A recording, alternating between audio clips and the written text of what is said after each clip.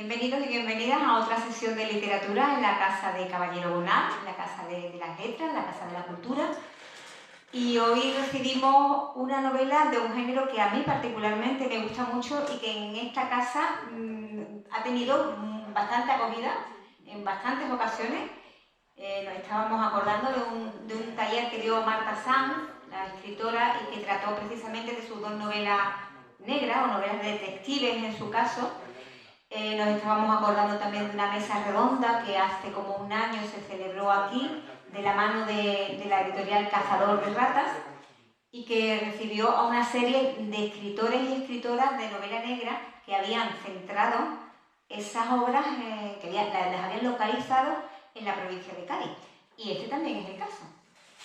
Entonces, no sé, no es casual, no creo que sea casual. Hay mucha novela negra en Cádiz, hay mucha novela negra sobre todo en Cádiz capital, y en este caso también en el puerto, también en toda la zona. En los Toruños también hay novelas negras centradas en esa parte. Me estoy acordando de Benito Olmos y de La maniobra de la tortuga y de la película que se ha grabado también sobre esa novela. En fin, que es una zona que da novela negra, que da casos escabrosos, casos sangrientos, casos un poco psicalípticos en algunas ocasiones. En fin, que nos gusta y nos parece muy adecuado traer hoy aquí a García de Romeu, que con esos apellidos no necesita el nombre de pila, porque tiene unos apellidos muy sonoros y muy también de novelística negra. Así que no voy a decir nada más que entre sus libros se cuentan 4 novelas, tiene más libros, pero voy a hablar solamente que tiene 4 novelas: La última negra, La punta de los sabonenses, Siempre quiso ser travesti y llamarse Bianca, y Una gaviota voló sobre cortadura. Y no voy a quitarle su papel a Ángel Mendoza, que está a su derecha, que también es una persona a la que estimamos mucho. En este caso no es escritor de novela negra, sino que es poeta, que eso es una categoría. Y en esta casa la poesía se la tiene en una alta estima, como la tenía nuestro titular Caballero Bonal. Así que no le voy a quitar su papel, simplemente hago esta introducción para saludarlo y para darle la bienvenida. Y también una cosa curiosa, es la primera vez que viene un escritor que trae su propio responsable de comunicación, que está ahí atrás, que es Adrián, y me encanta, o sea, es que me encanta que todos los escritores deberíamos tener un responsable de comunicación. Y si puede ser Adrián, mejor, que es encantador. Se le da multiplicar el trabajo. Así que me gusta. Esto empieza muy bien, promete mucho. Así que le paso el micrófono a Ángel Mendoza, que estará con García de Romeu haciendo una especie de entrevista. Así bueno, que pues vamos a salir. Qué bien estar aquí, gracias a Pepa por sus palabras, qué bien estar en Jerez, que más allá de la desavenencia, en fin, tribales que puedan tener las ciudades vecinas, que ya han quedado un poco atrás. Continúa. Estamos aquí al lado, nos separan apenas 15 kilómetros y yo creo que toda cosa que sirva para unir, para vincular en el puerto, pues está bien, ¿no? Y esta es una. Y qué gran responsabilidad estar en la casa de José Manuel Caballero Bonal, uno de los novelistas más grandes en castellano del siglo XX y parte del XXI, porque fue afortunadamente longevo. Gracias a Pepa por sus palabras. Esto no estaba previsto. Bueno, por lo menos la música es muy clásica. Sí, no me voy a quitar. Como no me llama nadie, No era te llevamos ya 5 personas. Sí. Pues iba yo diciendo que gracias a Pepa, ¿no? Yo siempre digo que la literatura, a no ser que sea un fuera de serie, no da para vivir, pero sí da la posibilidad de conocer a gente interesante que se cruza en tu camino y que se queda para suerte de uno. Y que luego, bueno, pasa el tiempo y deja a esa persona y te agrada mucho. Estaba yo recordando a Pepa que en el año 2004, hace poco que ha sido el 11M, se publicó de urgencia un libro que se llamaba Madrid 11 de marzo, con poemas dedicados a la tragedia de Madrid. Y estuvimos aquí presentándolo y cuando vino atrás digo, hace 19 años, qué barbaridad. Bueno, pues nada, hoy nos trae, como ha dicho Pepa, una novela de García Romeu, que es portuense y amigo, y además le debo su amistad precisamente a la literatura, ¿no? A mí me han pasado varias cosas curiosas, y es que gente del puerto de toda la vida, a quien has visto y con quien te has cruzado y no has tenido nada que ver, y seguramente no habías tenido nada que ver, sin embargo la literatura me ha acercado a esas personas y bueno, y me las ha puesto delante y ya. No, y venirte ahí enfrente también. Bueno, también, también, claro. Y bueno, vamos a hablar de esta novela que apareció, bueno, que se publicó en noviembre aproximadamente del año pasado y que es un título más de una obra de Joaquín García de Romeu, portuense del 68, abogado de formación, abogado de profesión también desde hace por lo menos 30 años. Esa es su manera de ganarse la vida, pero su pasión, una de las grandes pasiones, precisamente la literatura. Cuando yo lo conocí, precisamente fue en un programa de radio y recuerdo que él todavía era un autor inédito y me llamó la atención, hablando con él, que ya teníamos nosotros 40 y mucho, y yo le pregunté cómo una persona que lleva tanto tiempo escribiendo, porque él escribe desde siempre, se había pensado o se estaba pensando tanto la cuestión de publicar. Y él me dijo algo que me llamó la atención y era porque le tenía mucho respeto a la edición y a los libros, ¿no? Y yo creo que eso fue, José Joaquín, buenas tardes, lo que hizo que tú irrumpieras en la literatura un poquito tarde, ese respeto que te tenía la cosa de publicar, ¿no? Pues sí, la verdad que sí, a mí me da mucho respeto y miedo el entrar a exponer tus libros. Una vez que los libros los publicas, ya dejan de ser algo personal, ya es algo que va teniendo vida propia y eso me da mucho respeto. Y en ese año 2017 del que les hablo, él edita su primera obra que se llama La Última Negra y que es una historia interesantísima que tiene como protagonista Cándida la Negra, que fue un personaje curiosísimo. La gente mayor del puerto nos hablaban de ella, creo que incluso tiene una calle, y era una señora que llegó náufraga de un barco de esclavos y era una historia que se contaba, que sabían los mayores. Esa mujer vivió en el puerto, se casó en el puerto, falleció allí y nadie le había contado. Y él se atrevió y fue, Joaquín, un estreno bastante brillante, ¿no? Además, también hubo de todo, hubo críticas porque, claro, esa mujer de una persona que fue esclava, bueno, una esclava, cuando llega al puerto ya no es esclava. En teoría la versión era que tras un hundimiento, esa mujer que venía de Luanda aparece en la playa y ya se queda de vivir. Eso, toda la historia que se sabía no estaba bien documentada y es lo único que se sabía. Entonces, Cándida Jiménez Huelva porque Jiménez era el que la recogió y Huelva porque entendían que iba al mercado de esclavos de lo que era Huelva. ¿Qué ocurre? Claro, yo investigo qué es lo que no hay, no lo que había, lo que había era muy poco. Entonces, ¿qué ocurre? Que cuando comienzo a contar la historia, a mí no me cuadra un hundimiento porque no había ningún hundimiento registrado en los años 50, en los años 50 de 1800. La esclavitud tampoco estaba ya vigente en España. Sin embargo, en las colonias sí se podían tener esclavos y había mercado de esclavos. Entonces no tenía sentido que se hundiera un barco con esclavos en las costas de Cádiz. Aparte, las mareas arrastraban las cosas hacia Fuenterrabía o hacia la zona de las redes, pero nunca hacia donde ganaron. Entonces, yo conté la historia inventada, por supuesto, pero partiendo de una serie de datos. Y ahí metía Marqués de Comillas y fue lo que causó quizá más revuelo. Y decía que el barco podía ser un barco con contrabando que se descargaba antes de llegar a Cádiz, en las costas de aquí, cercanas a Rota. Ahí bajaban el contrabando y se introducía en la península. Y por eso yo creé esa ficción de que ella apareció en la parte de Fuenterrabía y que venía como contrabando desde las colonias para ser introducida de forma ilegal en España. Entonces, pues, esa fue la... Y claro, pues hay gente, futurista, como nuestro queridísimo amigo don Luis Suárez, Sí. plagiador, has plagiado, no sé el nombre ahora de quien redactó su historia, que su historia era un sobafolio, ¿no? Y se piensa que una historia que de hecho llegó al cine porque Alfonso Beguine hizo un reportaje sobre ella y utilizó los datos que yo reporté y con mi novela fue la base para él sacar un documental novelado de la vida de Cándida. Aparte, cuando dicen, no, pero tenía que haber más datos. No.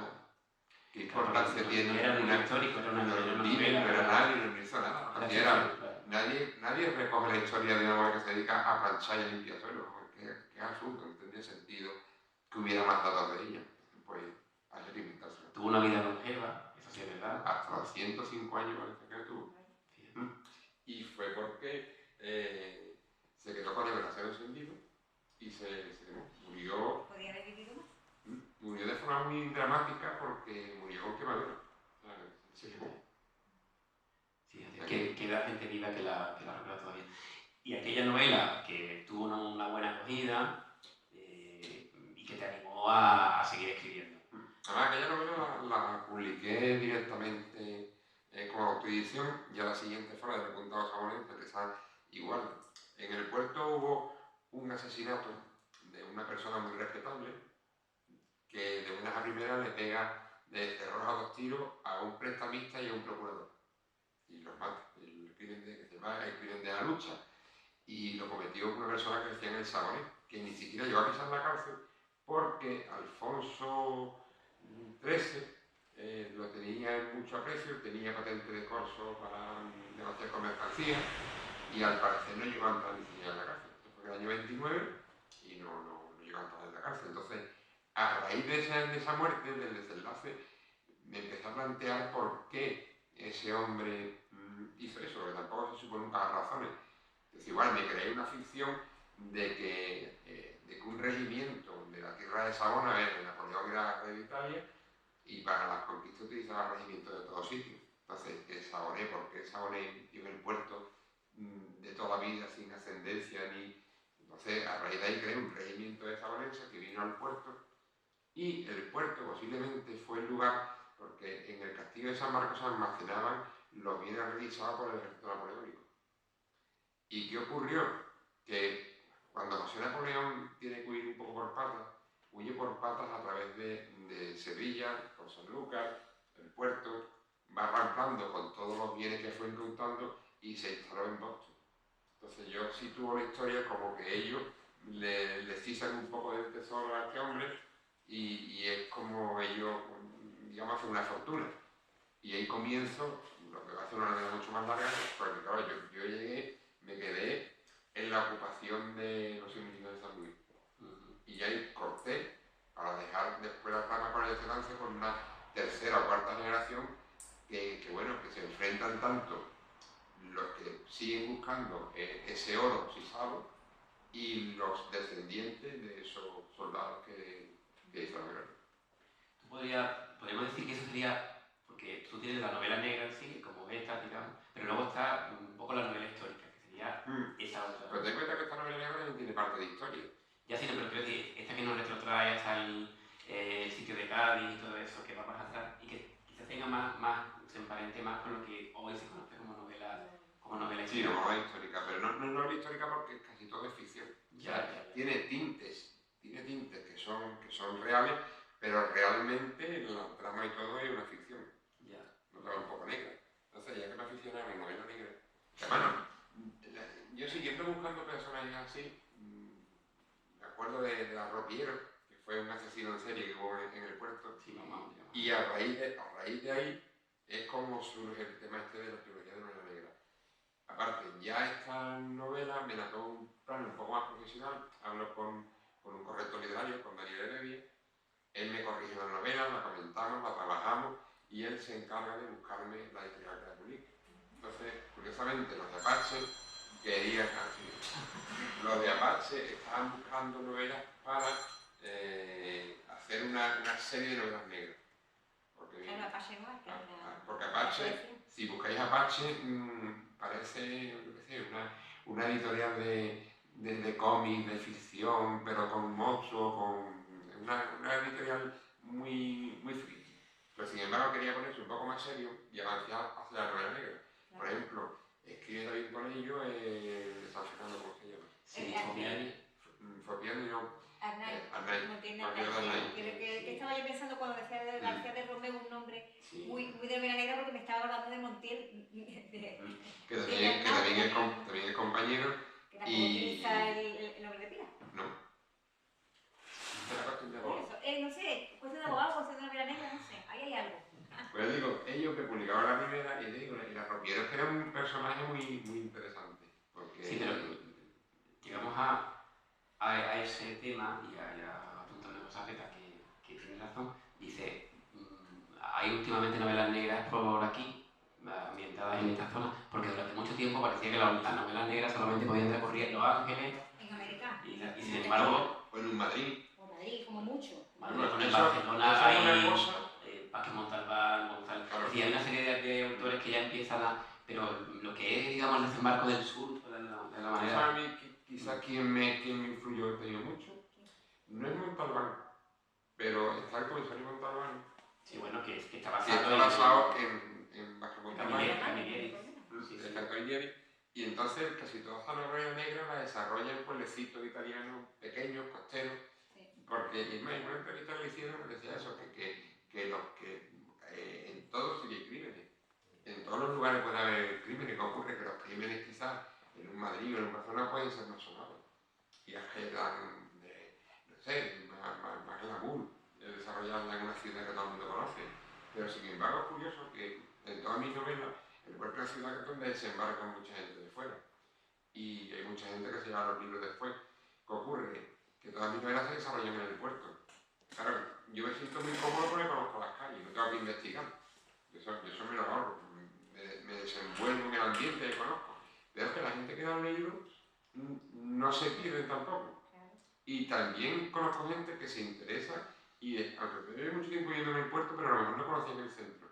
Y se adentran en el centro buscando las calles que aparecen en los libros. Y alguien que se lleve la novela a Bristol, por decirte algo, verá como muy exótico que suceda en el puerto de la Alejandría, porque a nosotros el puerto anda por casa, pero al que está fuera esta zona también le parece muy exótica, por costumbres, por clima, por todo.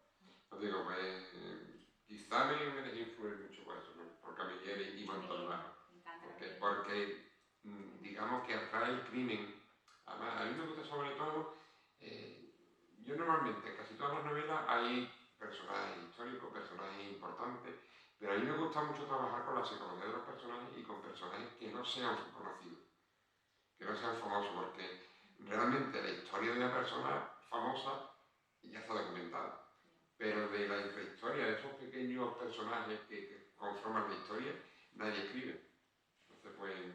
Además hay una cuestión muy importante, es que aquí han ocurrido cosas muy fuertes y muy novelables. Una de ellas está la novela de Joaquín que aparece en el 21, se llama Siempre quiso ser travesti y llamarse Bianca. Ahí se retrata sobre todo una sociedad de la época, porque todo se desarrolla en una época en que ya el fascismo ya comienza a caer. Bueno, no a caer, no, sino simplemente que se va evolucionando. ¿Qué ocurre? Si va a morir, entonces claro, ¿qué ocurría con instituciones que tampoco tienen sentido? La brigada política y social tiene sentido a lo mejor en los años 40, en los años 50, pero ya cercano a los 70 no tenía ningún sentido, ¿no? Eran los años 60, esto ocurre en el 62.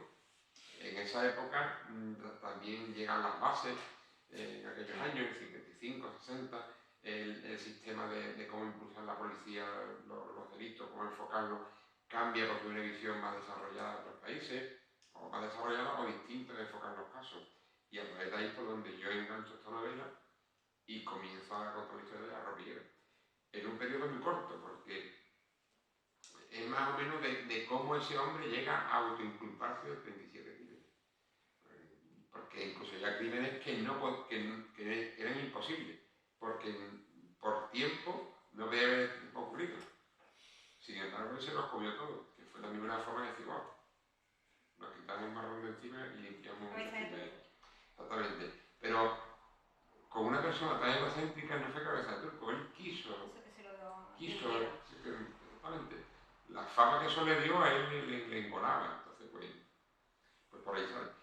¿Y qué ocurre? Que este crimen, como tú dices, que en la zona de la provincia de Cádiz hay muchos crímenes gordos y serios, como cualquier sitio, hasta en Ubrique tenemos los crímenes que de matrimonio aquel.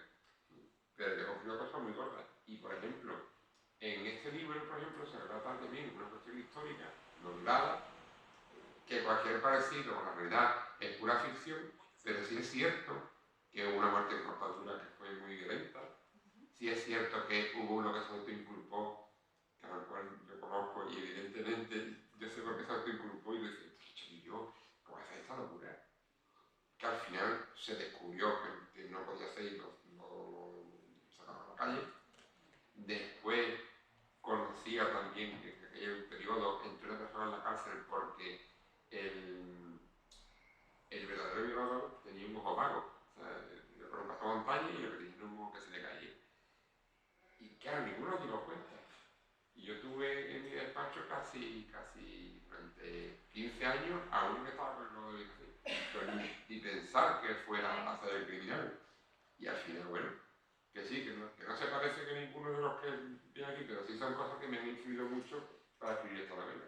Te iba a decir, pues bien, estamos hablando de esa novela ya, de una gaviota de los Cortadura que apareció a finales del año pasado y que nos lleva hasta la España del 93, la España post-borrachera de la Expo, del Barcelona 92, y hay una, se masca en estas páginas, ese desencanto, ese país del que hace 30 años, pero que nos parece, sin embargo, Joaquín, como muy antiguo, ¿no? Sí, porque, por ejemplo, la siguiente va a ir en esa misma línea, pero esta se centró sobre todo, claro, igual, esta se centra en los periodos, porque hasta el descubrimiento de los crímenes que pasan casi 15 años, más o menos. ¿Qué ocurre? Se va viendo la evolución de cómo la policía investiga, se va viendo la evolución del desencanto que había y quizás desidia por parte de todos, no solamente de la fuerza del orden, sino de todo, porque en un país que vive una euforia muy fuerte. Eran momentos en los cuales las ciudades, como por ejemplo Puerto Rico, con discotecas, era tremendo. Una época... Y después empezamos a decaer, empieza a caer toda esa euforia. Una crisis económica en todos los países, Claro, eso también influye mucho en las personas. Yo creo que los personajes van evolucionando junto con lo que es el propio tiempo que van viviendo, porque cambia incluso de mentalidad. Hay un personaje que tiene cierta similitud, es verdad que no es tan terrible como el arropiero, que también es el que se autoinculpa, el que carga, que es un desgraciado. Es un desgraciado. Ahora, ten en cuenta que en la novela hay 3 niveles. Está el desgraciado, que sin maldad ninguna, pero quiere buscar esa fama. Y tiene su mentalidad. Y a lo largo del libro se va desarrollando que no es una persona que esté con cuerda. Luego tenemos al verdadero criminal, que es un auténtico criminal, pero es frío, es un profesional del crimen. Y tenemos a pobre hombre que es tan desgraciado, que es que le da igual que lo metan en la cárcel, está mejor en la cárcel que fuera. Entonces tampoco se defiende y tampoco hace nada. La verdad es que parece increíble que por razones profesionales entramos en la prisión. ¿Cómo puede haber gente que prefiere estar dentro, que se autoinculpa y que se agarra a una vida que es la que es muy sorprendente, pero es mucho más habitual de lo que nos queremos, ¿no? Comen todos los días, Exactamente. se duchan todos los días, todo eso mismo que en la calle. Tiene Le queda una paga también. Le dan paga. Bueno, le pega una paga después de esto. Pero bueno, aún así muchas veces no lo cobran porque hacen cualquier cosa para volver otra vez. Y te iba a preguntar entonces, esta novela que apareció recientemente, se presentó a finales del año pasado, ¿qué te ha llegado de los lectores? ¿Cuál ha sido el Yo procuro no preocuparme por eso. Como te he dicho muchas veces, yo cuando sale un libro es como si fuera un hijo. Entonces yo ya no digo que alcanza la mayoría de edad cuando ya sale a la calle y yo me agradezco cuando me dicen, oye, que vuelva a la novela. Sé de uno que haga cada vez que sale algo porque su madre vive en Canarias y le encanta mi novela y tiene que llevarle los libros vivos. La que ese tipo de cosas te gustan, ¿no? Pero que tampoco es una cosa que me preocupe. Y aparte, hay que abstraerse un poco de toda la crítica, porque si es el caso de la crítica, o tanto, tan mala es la crítica como el halago. Si te halagan mucho, te rebajas. Y si te critican mucho, te pueden ir. Entonces, lo bueno es seguir para adelante sin mirar ni para un lado ni para otro.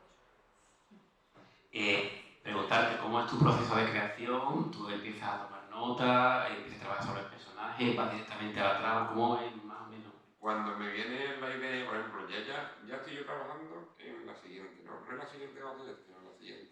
Voy a terminar una, entonces, ¿yo qué hago?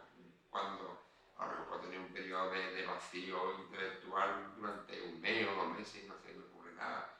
De una primera, ¿por qué? Pues no lo sé. Si te llega algo, algún detalle, alguna visión, algo que te hace que te fijes en una determinada historia. Y por ahí empieza. ¿Qué ocurre? Ya empieza a desarrollarla. Yo cuando voy andando, yo no puedo oír, que hago mientras vas andando, vas desarrollando una historia en la cabeza. Y vas maquinando, vas creando los personajes, vas viendo por dónde pueden salir, vas creando una historia. Y luego cuando empiezas a escribir, hombre, te haces un esquema, más o menos de cómo quieres que vaya. Pero ya cuando vas escribiendo, los personajes van, digamos, viviendo, y yo voy viviendo con ellos la novela hasta que la vamos completando. Hay veces que vuelves atrás y te hace porque hay algo alguna cosa que te haga, que cambie el final. Por ejemplo, en esta última, el final no cambié. ¿En esta la no, o en la que va a salir el año que viene? Vale, que se llamaba El flamenco rosa. El flamenco rosa. En esa, claro, cuando ya llevaba casi el 70% de la novela, pues se me ocurre que al final, igual que en esta sí al final se muere, en aquella final no se muere, pero no sabemos quién no se muere. Y se me ocurrió y tuve que cambiar varias partes para poder encajar cómo hacer que no muriera o que muriera. ¿Y tienen relación estas dos novelas y la del flamenco rosa? ¿Te acuerdas de la película de Amanece que no es poco? Sí. El Cabo Santos. Sí, hombre. Pues en Bianca, uno de los policías que investiga la organización es el Cabo Santos. Un homenaje a esa gran película. Maravilloso. ¿Qué ocurre? Claro, yo no puedo. El Cabo Santos está a punto de jubilarse. Entonces, su hijo es el que en esta novela, digamos, que es el que, digamos, toma el cargo del padre, lo destina a esta ciudad y entonces empieza a desarrollarse. Y el Navajoa es lo mismo.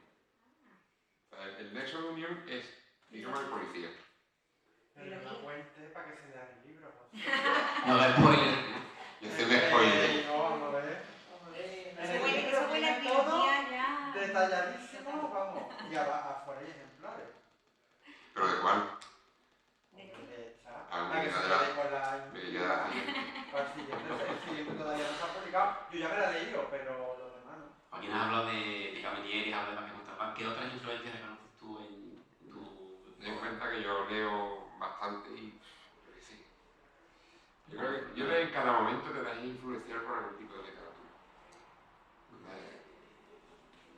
La parte histórica te centra quizás en la forma de relatar. Por ejemplo, a mí me gusta mucho ahora porque es una forma muy sencilla de leer y muy amena, que es la de Santiago Posteguillo, que procura emplear trozos muy cortos.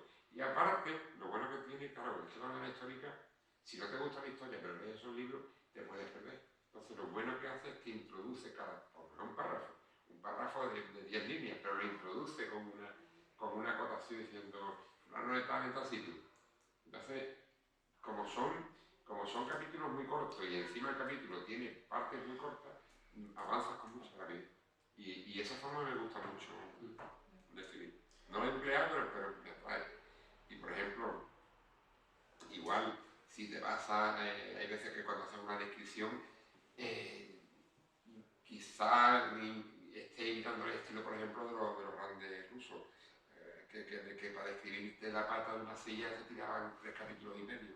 Y si otra la carcoma, una por una la carcoma que tenía la pata de la silla y el polvo que estaba acumulado en el lateral izquierdo, son muy descriptivos. Sí, sí. Y otras veces me gusta la rapidez del diálogo, por ejemplo, que emplea, por ejemplo, Randoy, que avanzas mucho con el diálogo. Sí. Y refrescas a la lectura, porque a veces la lectura, si es un tocho muy largo, te aburre. Sí, porque hay mucho diálogo, es muy Claro. porque agilizas mucho, tú mismo empiezas a correr, te aceleras tú mismo leyendo y después te paras otra vez y pones la descripción. Hay 2 calas, digamos, en tu obra, que aparte de una que una es la poesía, que publicaste poesía hace unos años, y que tú tienes una asiduidad en Facebook. ¿Cómo es tu relación con la poesía? Mala.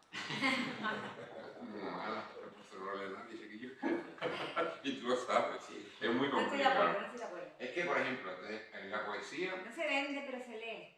Sí, es lo que te decía ahora. A ver, la poesía actualmente tiene una corriente y una salida en lo que son lo que es el Facebook, el Instagram.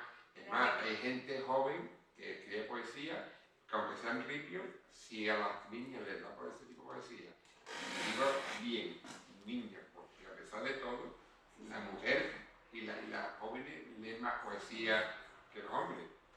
Y entonces, ¿qué ocurre? Que esa gente tiene mejor 25.000 seguidores y si publican algo, pues no vean. Cuando estuve en la Feria del Libro, había una cola enorme, enorme, pero enorme. Allí en Madrid, una cola enorme. Y le pregunté a él, ¿qué autor es ese? Y dice, una chavala de 18 años que escribía poesía en las redes y hace tan libre.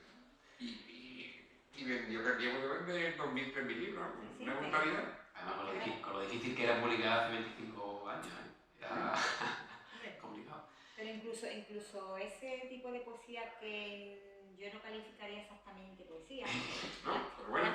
pero sí que es verdad que eso lleva a muchas personas a entrar en la poesía, en la poesía con otro fundamento y en entrar, pues, de ahí pueden saltar a Neruda, o pueden saltar... Claro, es el gancho. Claro. Yo lo comparo como las hermandades con la iglesia. Yeah. Sí. A través de una hermandad, la iglesia atrae a los jóvenes y los puede seguir educando. Si no hubiera hermandad, a lo mejor la gente, hay mucha gente que se acercaba a una iglesia. Aunque sea para ir a cargar Semana Santa o a hacer evidente, bueno, por lo menos ya es algo. Y con esto pasa lo mismo. Y hay otra faceta que es tu presencia en la prensa, mantienes por lo menos 2 columnas quincenales.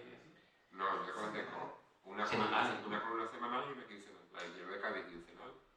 Y en el año 2022 aparece Bajo el mismo cielo, que es una selección de textos, con imágenes de Radio Verano. Las selecciones son que seleccionan los textos. Muy bien. Bueno, cuéntanos un poco esa parte tuya más. Pero mira, yo entré en la prensa por casualidad. Estaba yo en la iglesia de San José, de Cádiz. Yo llevaba ejerciendo 3 años. No tenía despacho propio y acababa alquilando un piso donde ya me iba a estar ahí y tenía despacho allí. Y me encuentro con el marido de una amiga mía.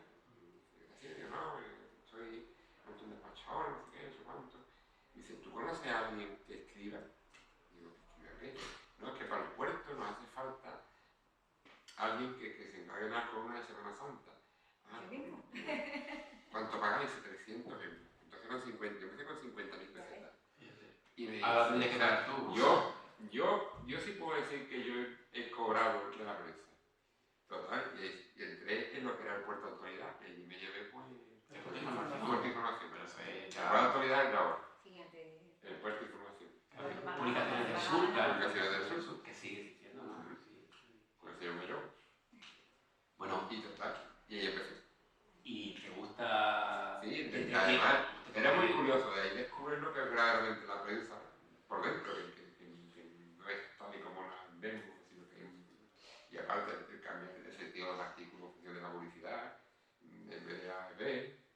Y lo que cambia desde aquella época. Es más, yo llegué al punto de que nosotros teníamos que maquetar las páginas, yo aprendí a maquetar páginas y se mandaban las páginas maquetadas aquí a Jerez para su edición. Y ya, cuando acabó la Semana Santa, continué diciendo, ¿tú de qué puedes escribir de todo? Y nada, y ahí seguí. Y cuando ya me dijeron que no hacía falta, porque evidentemente había ya un montón de gente saliendo de periodismo y entraban, pues normal, chavales que estudiado periodismo. Y yo me quedé escribiendo la columna. Y desde entonces, desde el año 24, me llevo escribiendo en la prensa. ¿Tú crees que escribir es bueno para que luego se lea tu novela y malo? O... Depende. Depende. Porque, por ejemplo, los artículos sí están más a pie de calle. Al principio te mosquea cuando ves los comentarios de Facebook, que la gente no tiene filtro.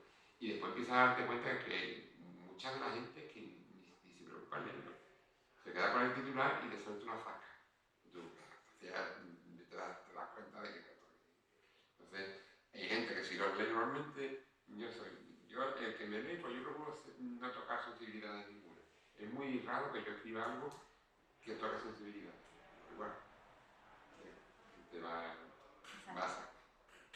Bueno, pues yo abro un poco esto a quien quiera, si alguien quiere preguntar algo sobre su obra, sobre esta novela. ¿Y tantos conocidos como familia? O nos vamos al bar, ¿no? No vamos a comer. Ya he grabado de ustedes en el vuestro. Adrián, ¿quiere preguntar algo? No, a él no me contesta. A mí me interesa saber, yo como aficionado a la lectura suya, ¿dónde puedo adquirir sus libros? Uy, qué pregunta más fácil. Pero que se está grabando, te digo, se está grabando. En la farmacia.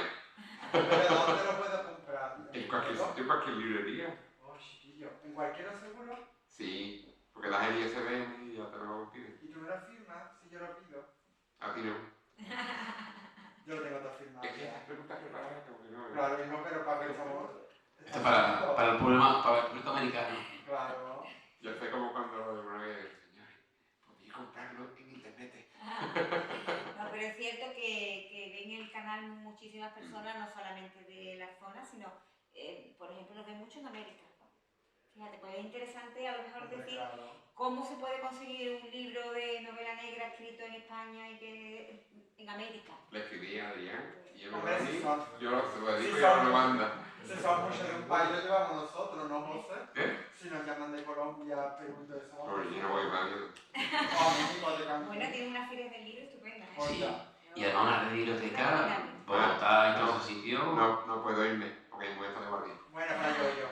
No te preocupes. Pero que llegan estas novelas a cualquier lugar del Sí. mundo y cualquier persona que le Yo, interese. por ejemplo, mira, la de, por ejemplo, en FNAC, por ejemplo, tienen todavía la de la negra. Y esa la vende también tú directamente a través de Facebook. Sí. Eso. Y normalmente casi todas las novelas hoy día Sí, las sí, pide sí. porque, por ejemplo, la de la negra se hizo una edición que era de 1-1. Eso quiere decir que tú lo pides y en una semana te lo imprimen y te lo mandan. El de los japoneses igual.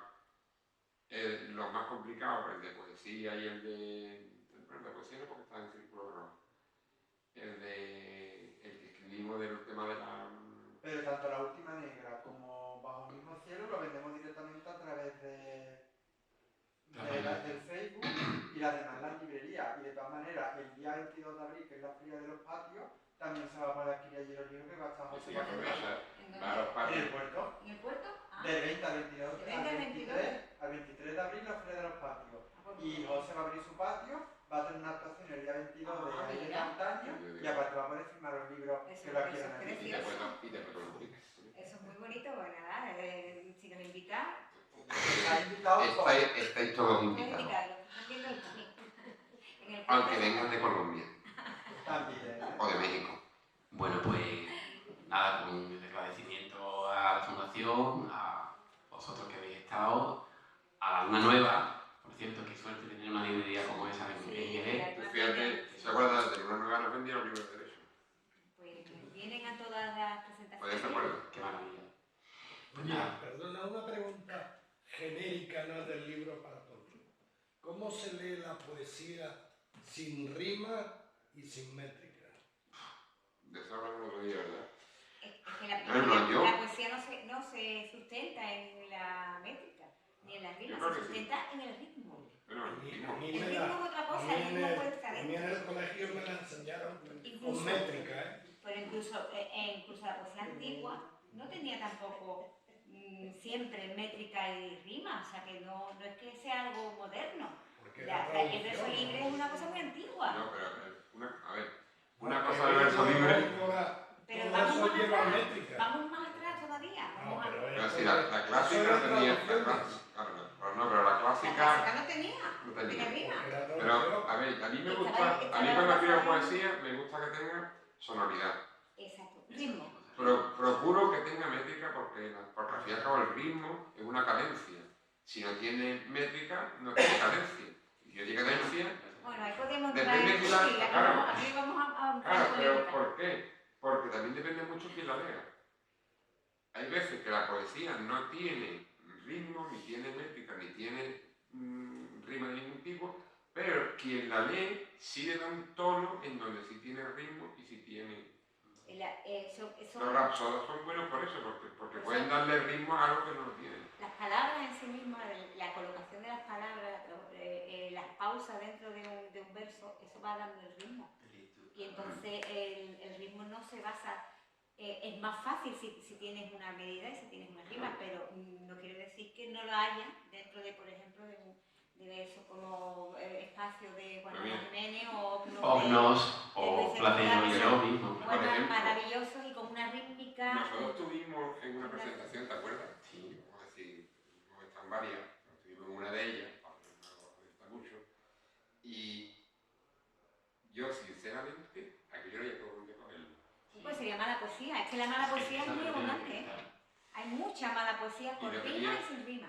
También hay ritmo. La prosa cortada no es verso, tiene exactamente. Y es muy fácil notar cuando un poema es malo. Dentro de la bondad hay graduaciones que son más difíciles, ¿no? Hay de lo bueno a lo muy bueno, a lo mejor el salto es... Pero de lo bueno a lo malo hay un salto que se da cuenta cualquiera.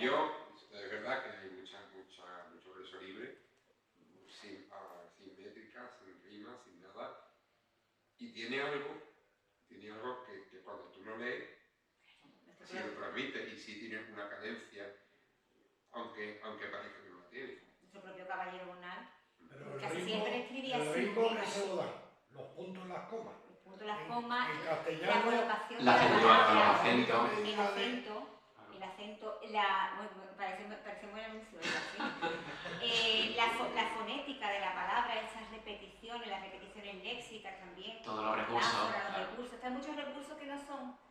La rima es un recurso más, muy importante, y la métrica es un recurso más, muy importante, pero luego están las metáforas, están las imágenes, la anáfora, están los quiasmos, hay un montón de... Y es también cuestión de educar el oído. ¿Qué porcentaje de población lee poesía? ¿Quién sabe, no? No se sabe. No se sabe porque mucha gente lee poesía en internet, en las redes, mucha gente.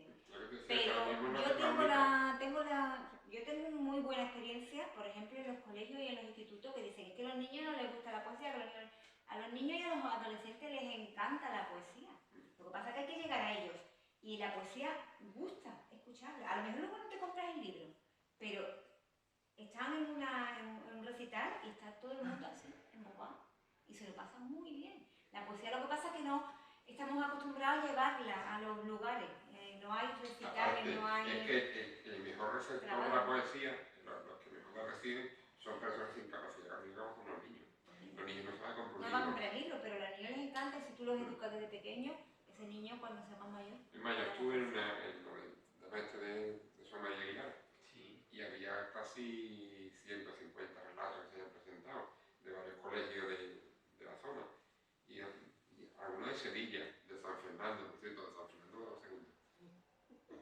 Yo tuve un magnífico profesor de literatura que nos leía poesía todos los días.